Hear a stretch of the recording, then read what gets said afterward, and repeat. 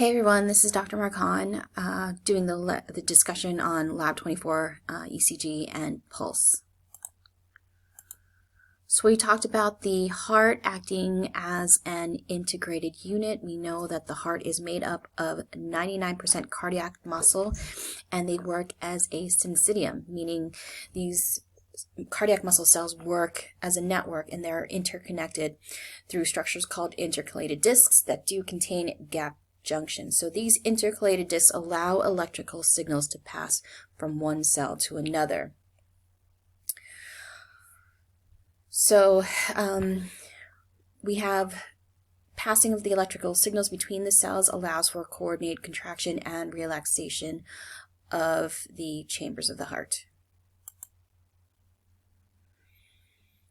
So electrical signals are passed via gap junctions. We have cells that are autorhythmic, meaning that they can generate their own action potentials, and these groups of cells are known as cardiac nodes, and we have these cardiac nodes throughout the different parts of the heart. So we have our sinoatrial node, which is located in the right atrium, specifically where the superior vena cava enters the right atrium. We also have the atrioventricular node, or the AV node, which is located at the bottom of the right atrium.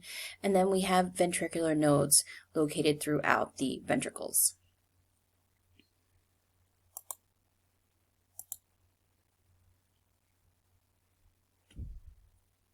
So this just shows you the electrical signals coming from the different cardiac nodes. We know it's the SA node, or the sinoatrial node, also known as the pacemaker node, that sets the rhythm of the heart and allows for the electrical signals to be dispersed throughout the different chambers of the heart. So the SA node generating that action potential, which will then travel to the AV node, and from the AV node down the interventricular system, or interventricular septum, through the different, first the bundle of His, then the left and right bundle branches, to the apex, and then the Purkinje fibers, which will begin the contraction of the ventricles at the apex and allow for ventricular contraction.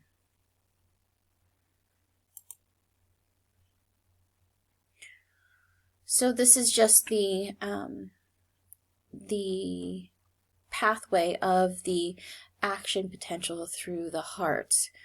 Just another slide summarizing the electrical conduction through the heart, starting with the SA node through the right and left atria. So the septums, or the interatrial septum, allow the spread within but not between the atria and ventricles. So once we hit the atrioventricular septum here between the atria and the ventricles, the electrical conduction will slow and hit the atrioventricular node. So think of the AV node again as sort of like that toll where all the cars will converge upon, hit the toll at the AV node, and kind of delay the signal just a bit. So from the AV node, again, the electrical signal will go down the interventricular septum, first passing by the bundle of His, which will then bifurcate into your right and left bundle branches, going down towards the apex of the heart, where then the electrical signal will be dispersed through the Purkinje fibers, allowing for the beginning of ventricular contraction up the ventricles to push the blood either towards the lungs or towards the rest of the system. So again, the SA node generates an action potential, which will travel to the rest of the heart, and Purkinje fibers will send that action potential to the ventricles and cause ventricular contraction.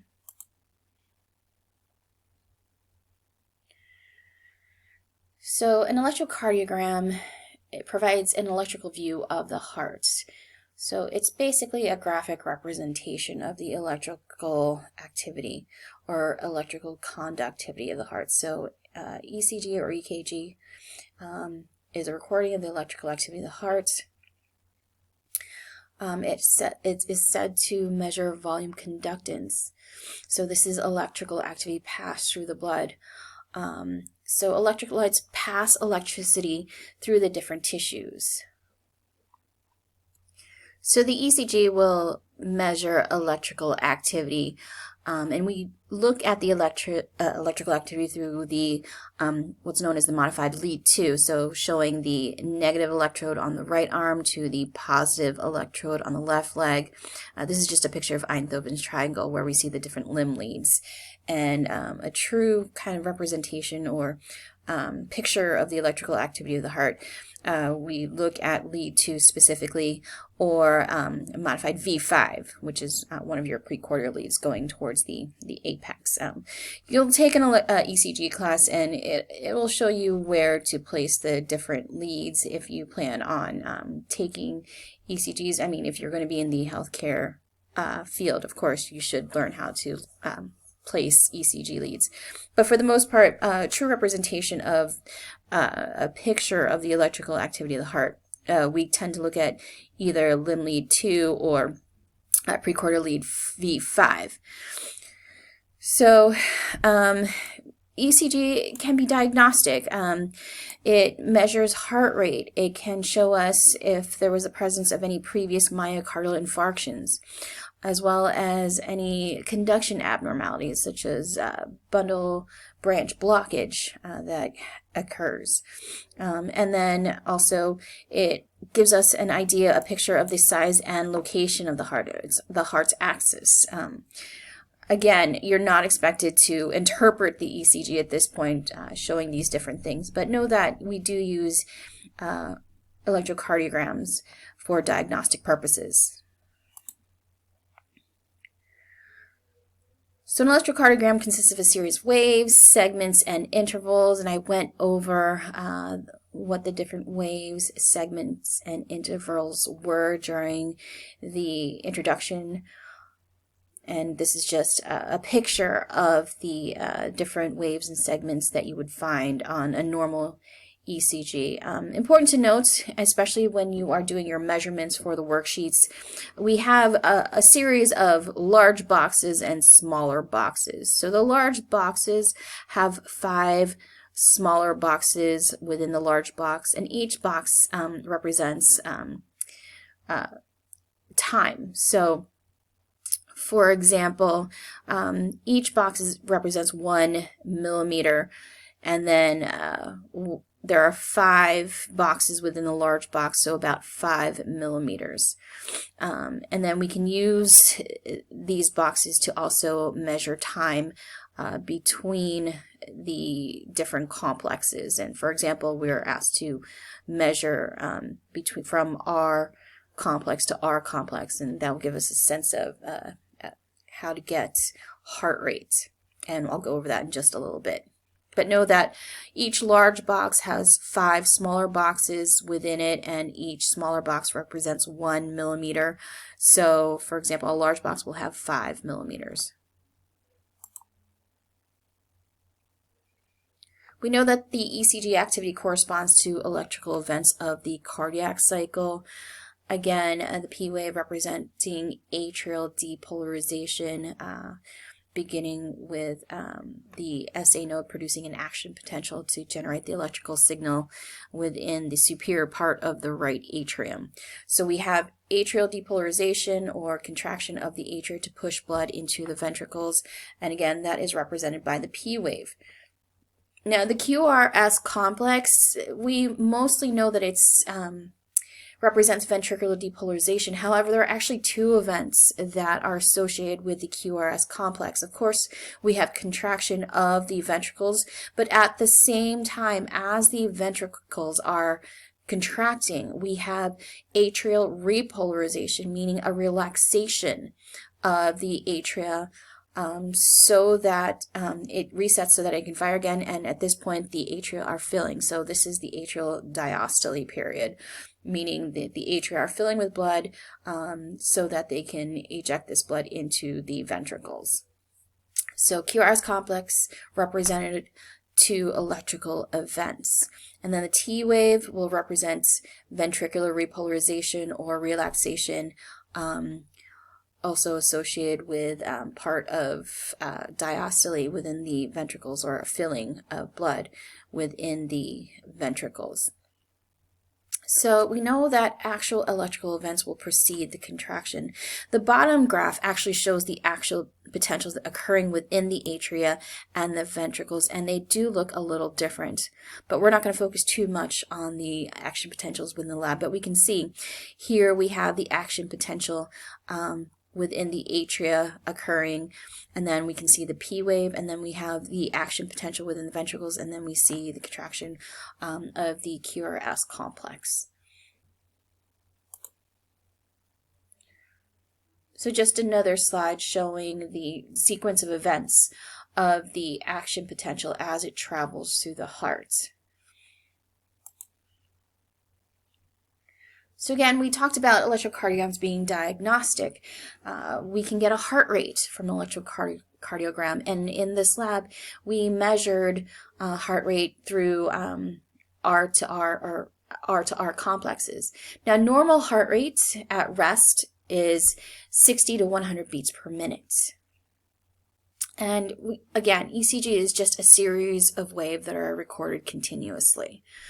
So any heartbeat recorded that is less than 60 beats per minute, we consider this as bradycardia. So brady means slow, so basically slow heart rate. Causes of bradycardia include genetics. You might just have a slow SA node or an active parasympathetic system. Certain drugs can actually cause a decrease in heart rate. For example, calcium channel blockers, medications that are given for people with high blood pressure. I myself am taking a calcium channel blocker, and has lowered my heart rate so that it will help lower my my blood pressure. Exercise can cause bradycardia through an increased stroke volume, and then other conditions such as disease can cause bradycardia. Now, just going back to the R and R interval. So the RR interval is just basically you measure the peak of the R and then measure the time to get to the next peak of the R. Manually, we just count the number of squares that represent time in milliseconds to get the heart rate. Tachycardia, tachy means fast, so tachycardia means a heart rate greater than 100 beats per minute. And again, it could be genetic and caused due to a fast SA node, and then other conditions can cause tachycardia, such as a patient's size, their sex, whether they're male or female, as well as any pathological conditions.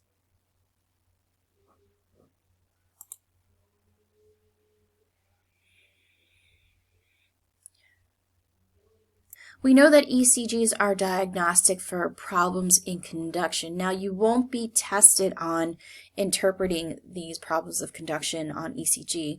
Know that they exist. For example, in this top ECG, we can see that we'll have P waves that will appear randomly outside of their normal area or normal position where they're supposed to be.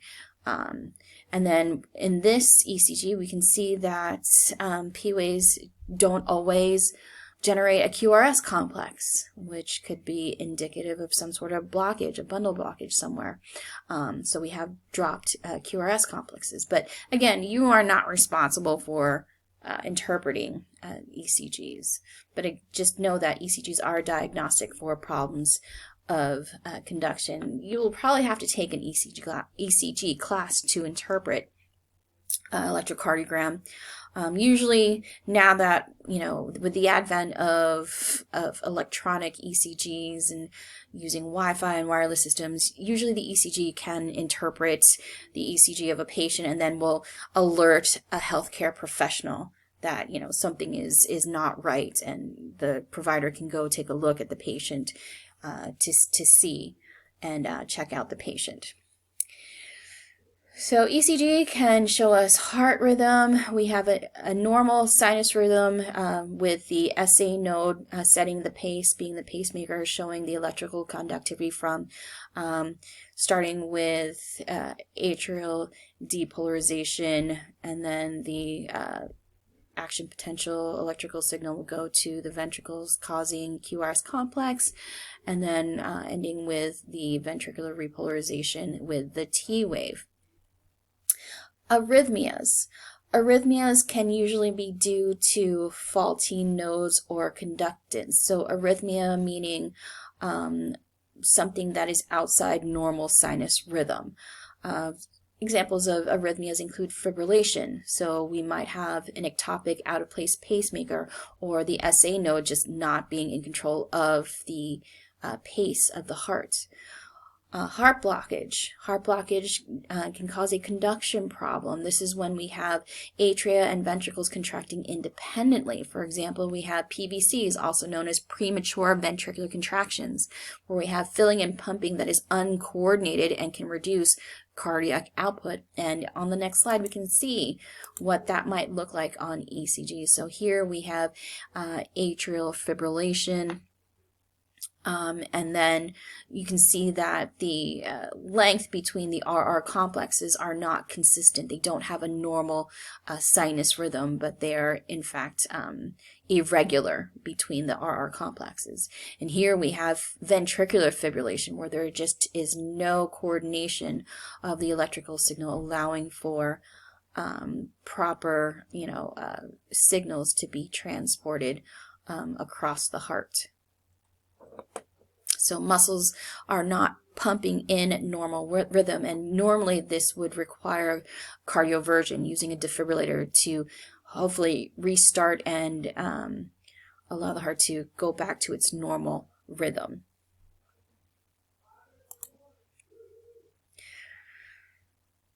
So make sure you are reading the supplement on BIOPAC 5 on ECG. You are responsible for the background information. Let's talk a little bit about the lab. So here we see an ECG and a typical heart rate, and we know that normal heart range is between 60 to 100 beats per minute. And make sure you know the terminology of having an increased heart rate versus a decreased heart rate. So tachycardia versus bradycardia. So this part of the lab, we hooked up a volunteer to an ECG, and we took an ECG for first a patient that is at rest, meaning they're sitting, and we measure that ECG for about 10 seconds. So using this this ECG, we can get a heart rate of about 74 sitting. So this is our baseline heart rate. So we can use this to kind of compare a sitting, patient versus the other conditions such as exercise.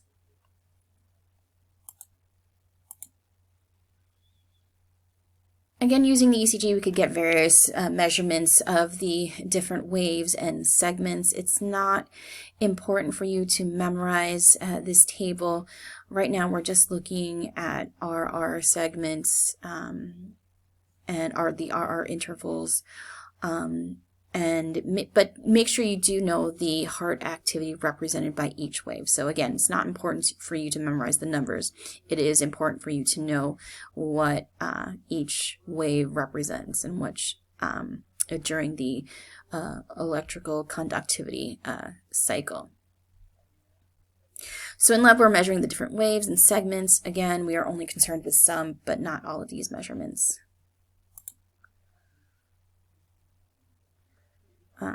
Again, just showing that we need to know the heart activity represented by each wave within the ECG. Next condition, we ask the volunteer to take 3 deep, slow breaths, and we hit the various keys at the point when a volunteer is inhaling and then when they're exhaling. So during inhalation, the heart rate we can obtained by measuring the RR segments. We can see that during inhalation, the RR segments are closer together, and this would indicate an increase in heart rate.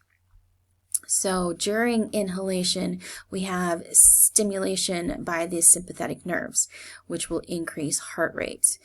During deep exhalation, the RR segments move farther apart, which indicates a decrease in heart rate. Usually this means there is a stimulation by the parasympathetic nerves that decrease heart rate. So if we look and compare the heart rates under the conditions of sitting and then deep inhalation, deep exhalation, we can see that there is a slight increase in heart rate, just a slight, with deep inhalation compared to deep exhalation. So with inspiration, we have an increase in heart rate. We know that this is an active process, meaning there is an increase in muscle movement. So with increased oxygen movement to tissues, there is increased sympathetic activity, however, a decrease in parasympathetic activity. We know, again, sympathetic being the fight or flight response and parasympathetic being the rest and digest response. So increased sympathetic activity causes the heart rate to go up. Now with deep expiration, this is we have a decrease in heart rate. This is a passive process, so we have a reduced muscle activity. So a decreased sympathetic activity where and an increase in parasympathetic activity, we have heart rate going down. Now this is sometimes called respiratory sinus arrhythmia, being that there are differences in heart rate between inhalation and expiration. But this does occur during normal breathing, just a change in heart rate between 10 to 20 beats per minute. And the data shows the typical events during deep inhalation, deep expiration.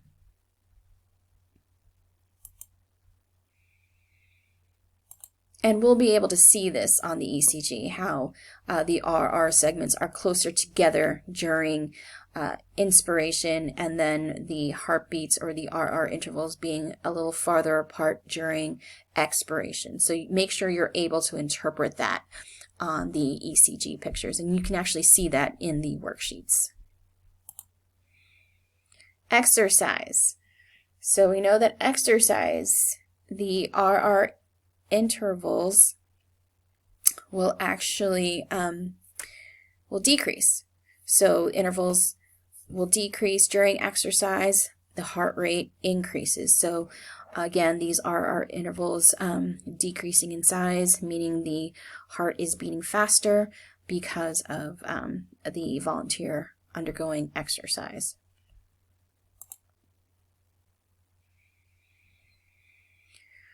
ECG estimates duration of the systolic phase and diastolic phase. So we take the QT segment. This gives us a ventricular systole. So we go from the peak of R to the end of the T wave. This is our QT interval, or ventricular systole.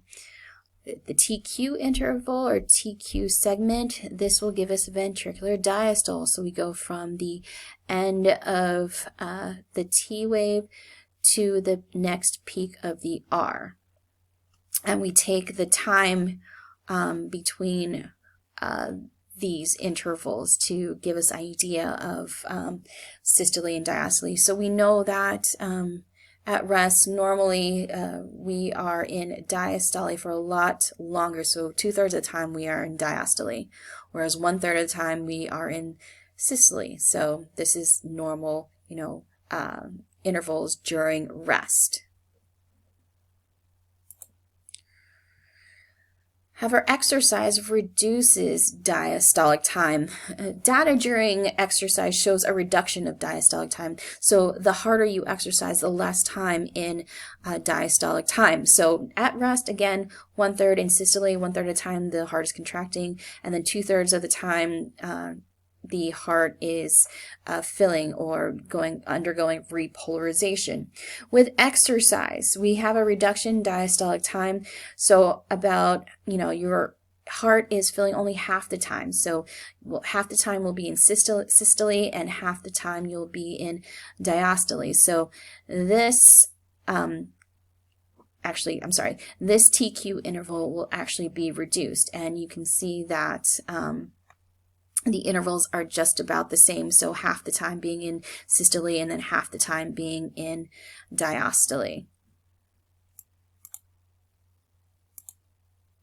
And you can actually see this on ECG. So normal resting ECG, we can see that QT interval going from the R complex to the end of T. That's about one third of the time, and then going from for the TQ interval, going from the end of T to that R peak, that makes up about 2/3 of the time between heartbeats. Okay, this is at normal rest. With exercise, look at this. So the QT interval going from here, the peak of the R to the end of the T, and then that takes up about half of the actual heartbeat going, the heartbeat going from R to R interval. So about half of it is in systole, and then going from the end of the T to the next R, also making up half of this heartbeat. So we can see that there is a reduction in diastolic time. So with the graphic representation of this heartbeat, we can see half of it is in systole and half of it being in diastole. So we can see the difference between a normal resting ECG with the QT interval making up 1/3 of the heartbeat, and then the TQ interval making up 2/3 of the heartbeat. This is at rest, and then with exercise, half of the heartbeat is in systole, and then the other half is in diastole under exercise conditions. Okay, and using a table, we can actually measure the amounts. So during the lab, we do measure the QT and TQ times. We will divide the systolic time by the time between the beats, showing the ratio of rest versus exercise. Okay, so for example, the time between beats we measured at 0.81 seconds, or 810 milliseconds. So 0.81 divided by, for example, if we measure the QT interval, the BIOPAC will show you the ventricular systolic time to be about 0.27. We can see that this number makes up about 1/3 of this number here. So we divide this systolic time by the time between beats, so 0.81, which will give us about 1/3. So like 0.33. And then if we take this ventricular diastolic time of 0.54 seconds and divide that by our time between beats, which was 0.81, it will give us about 2/3, 2/3 being like 0.67. So this shows us that this patient is at rest. Okay. Now, if we take a patient who has exercised, and we know that the time of between beats is 0.48 seconds, we can see that there is an increase in heart rate because of exercise. And then measuring the QT intervals gives us 0.24 seconds, and measuring the diastolic or TQ interval gives us 0.24. We can see, 0.24 divided by 0.48, that's about half. So half the time we're in systole, and again, here it's a nice even number, 0.24 divided by 0.48, half the time we're in diastolic time. So exercise showing us that reduction in diastolic time, because half of it we're in systole and then the other half is in diastole, and this representing exercise. Okay, so you should be able to look at the worksheets. There are examples where you have to determine whether the patient is at rest, meaning they're in 1/3 systole and 2/3 diastole, or whether or not this patient was exercising, so half the time being in systolic time and the other half being in diastolic time. So make sure you are able to understand the different components of the ECG, what the waves represent, and what happens with the RR intervals during deep inhalation and exhalation. Also, we're using the ECG to estimate the different intervals, the QT interval, which is systolic time, and then the TQ interval, which is diastolic time, and then the differences of these intervals in rest versus exercise. Okay, so make sure you are able to do that for the lab quiz. The next part of the lab was for ECG and pulse. We have the patient placing a sensor. This is known as a plethysmograph. Plethysmograph measures the volume changes. So basically, the blood volume change is going to give us the pulse pressure wave. And the pressure wave is a good indication of the heartbeat. Clinically, we do measure the radial pulse or the radial wave to give us heart rate. And then these are the different conditions that we are going to measure in our volunteers. So with the patient or volunteer sitting with their hand on the table, with their hand basically at the same level of the heart, and then we have them drop their arm below the waist, and then hold the hand above the head, and we look at the pressure wave under those conditions.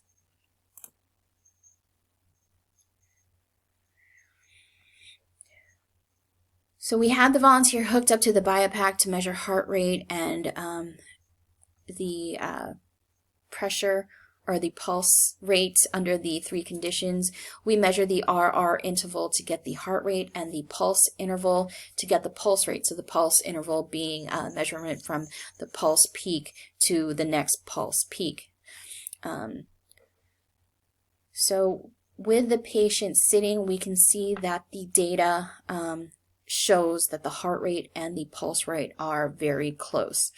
So patient sitting or armed or relaxed, resting on the table, heart rate is about 77.0, pulse rate being about 77.9. So fairly close and fairly similar.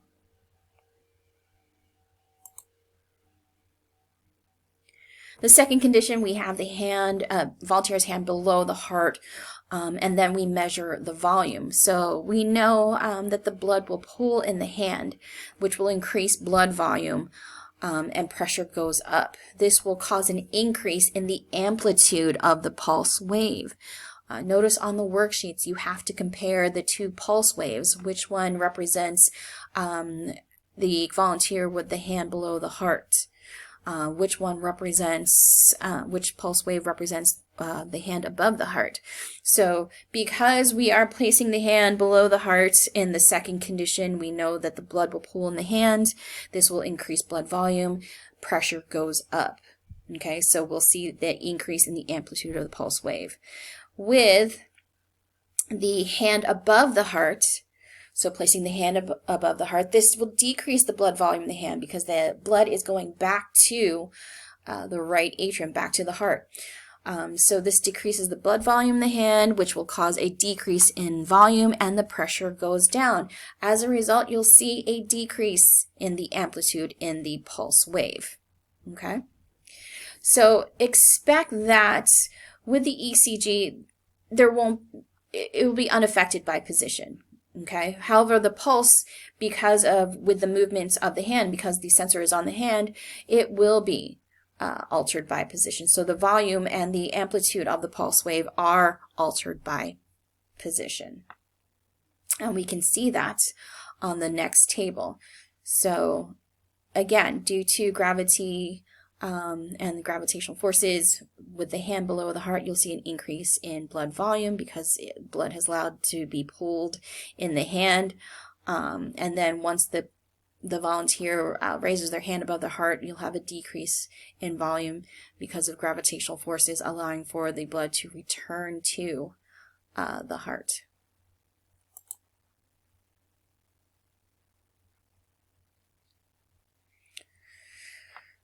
So again, the QRS amplitude does not change.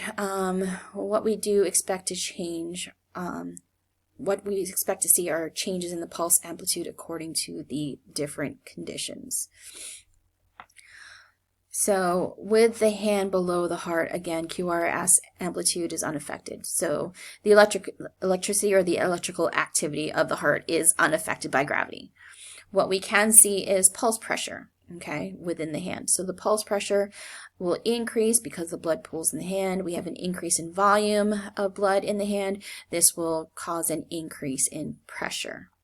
Okay, so measuring the relative pulse amplitude, so from the baseline of the pulse to the peak, the amplitude we can see with the arm down increases to about 8.42. compared to, the arm at rest or relaxing on a table next to the volunteer. With the hand above the heart, again, QRS amplitude is unaffected. However, the pulse pressure in the hand decreases. So once the blood that has pooled in the hand is transported back to the heart, we have a decrease in volume. Decrease in volume in the hand causes a decrease in pressure, and therefore a decrease in amplitude of the pulse wave. Okay, so here we see measuring the amplitude of the pulse decreases significantly compared to the amplitude of the pulse with the volunteer's arm down. So in order to measure the speed, first we have to measure the estimated distance the pulse pressure wave travels. So what we do is we estimate the distance from the heart to the fingertips. So if we draw this out, we would measure, okay, I get to draw. We would measure from the person's heart all the way to the fingertips. So we do this measurement right here, and we measure this in centimeters. So for example, if we use the distance to be 76.2 centimeters, so from the heart to the fingertip, we can then use the time to give us the speed. Okay, so what we want to do, let me undo this, erase, and take that off. We have the distance to be 76.2 centimeters. For the first segment 1 data with the arm relaxed, we want to get the speed. So what we would do is we take the time between the R wave and the pulse peak, so this highlighted region right here, we measure that time to be about 0.34 seconds. Okay, so 0.34 seconds we want to divide into the distance. So we take distance 76.2, divide that by the time, which is 0.34, and then we get the velocity or the speed. Okay, so 76.2 centimeters divided by 0.34 seconds, we get 224 centimeters per second. Okay, so let me attempt to write that down. So for the first data with the arm relaxed, we take 76.2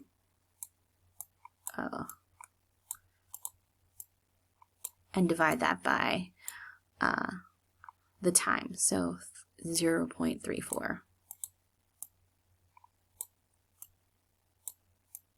And that will give us 224 centimeters per second.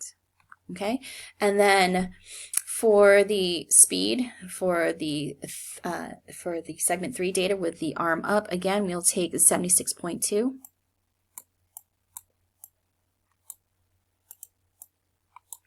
divide that by 0.37,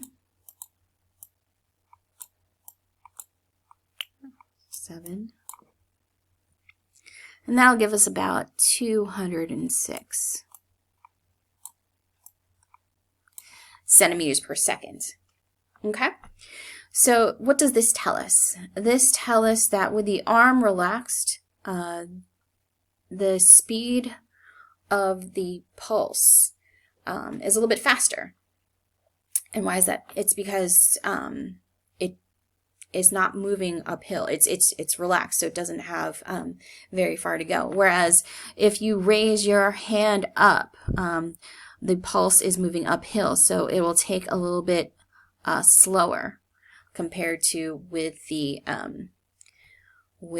arm just relaxed. Okay, so use this formula to get the speed. We want to get the speed of the pulse. basically from when the ventricle contracted, causing that pressure, to finally reach the pulse within the arm or within the finger. Okay, so it takes, it's a little bit faster for that pulse to reach the finger with the arm relaxed versus the arm above the heart. Because again, the pulse or the pressure, that pressure wave has to move against gravity, so it's going to be a little slower. All right, so that is the discussion on Lab 24, and hopefully this information will help you answer the questions on the worksheet. Make sure you're able to figure out whether the ECG is describing a patient at rest versus a patient at exercise. Again, you compare the TQ and the QT intervals on the ECG.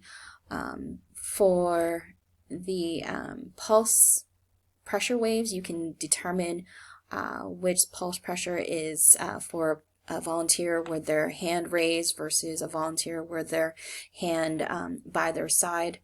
And again, make sure you're able to identify the different parts of the waves and segments on the electrocardiogram. Okay, and that is the discussion on Lab 24.